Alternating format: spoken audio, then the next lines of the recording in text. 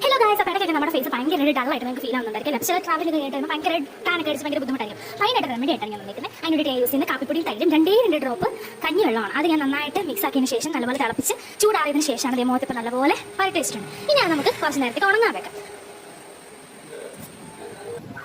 അപ്പോൾ ഗായ്സ്, എൻ്റെ മുഖം നന്നായിട്ട് ഉണങ്ങിയിട്ടുണ്ട്. ഇനി നമ്മൾ യൂസ് ചെയ്യുന്നത് ഒരു വെറ്റ് ടവലാണ്. വെറ്റ് ടിഷ്യൂ ഇല്ലാത്തവരെ നോർമൽ തുണിയാണെങ്കിൽ യൂസ് ചെയ്താൽ മതി. ചെറുതായിട്ട് നനച്ചതിന് ശേഷം മുഖത്ത് നിന്ന് തൂത്ത് കളയാം. നല്ലപോലെ തൂത്ത് കളയണം കേട്ടോ.